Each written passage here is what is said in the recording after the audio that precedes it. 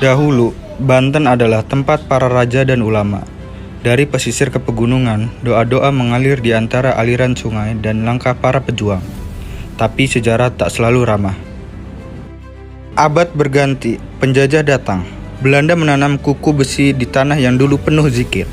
Rakyat ditekan, ilmu diawasi, tapi dari balik bayang-bayang itu, sebuah cahaya kecil mulai tumbuh.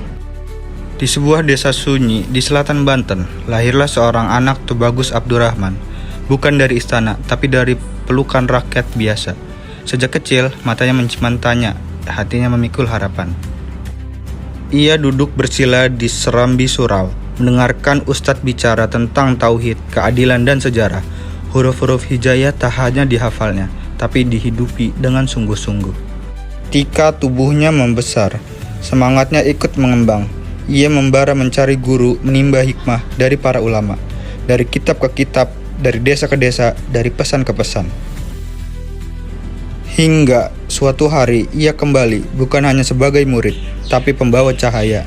Ia mulai berdakwah, mengajarkan Islam yang membebaskan, ilmu yang menyalakan semangat, dan iman yang tidak bisa ditindas.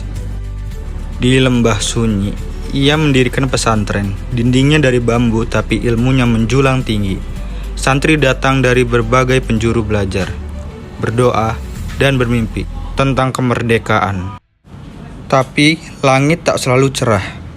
Penjajah makin kejam, pajak makin mencekik, masyarakat mulai takut, dan satu persatu datang mengadu pada Tubagus Abdurrahman. Tapi ia tak gentar. Ia menjadi pelindung, penuntun, dan panutan. Namanya mulai bergema, bukan hanya sebagai guru, tapi juga pemimpin. Ia kembali berkeliling, menghidupkan masjid, menyentuh hati rakyat, menanam benih-benih ilmu dan keberanian di tanah yang sempat dibisukan. Hingga akhirnya Belanda mulai curiga. Mengapa rakyat kini tak tunduk? Tanya mereka. Mengapa mereka berani berkata tidak? Jawabannya, ilmu. Dan di belakang ilmu itu berdiri nama yang sama, Tubagus Abdurrahman. Di pesantrennya yang masih berdiri hingga kini, anak-anak mengaji. Mereka menghafal ayat, menulis di papan tulis, dan mengenang nama gurunya. Di dinding yang sederhana, bayangan Tubagus Abdurrahman tampak samar, tapi ajarannya masih nyata dan menyala. Rakyat yang dulu diam, kini mulai bicara. Yang dulu dibungkam, kini bangkit berdiri. Dengan ilmu di tangan dan iman di dada, mereka menyingkirkan ketakutan dan penjajah. Banten kembali bernapas. Tanah yang dulu gelap, kini terang. Ilmu tetap mengalir, pesantren tetap hidup, dan nama Tubagus Abdurrahman tak pernah padam.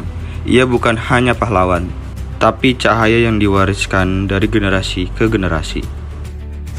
Kini ia memang telah tiada, hanya tanah, batu, dan tulisan di atas pusara, makom Pangeran Singandaru.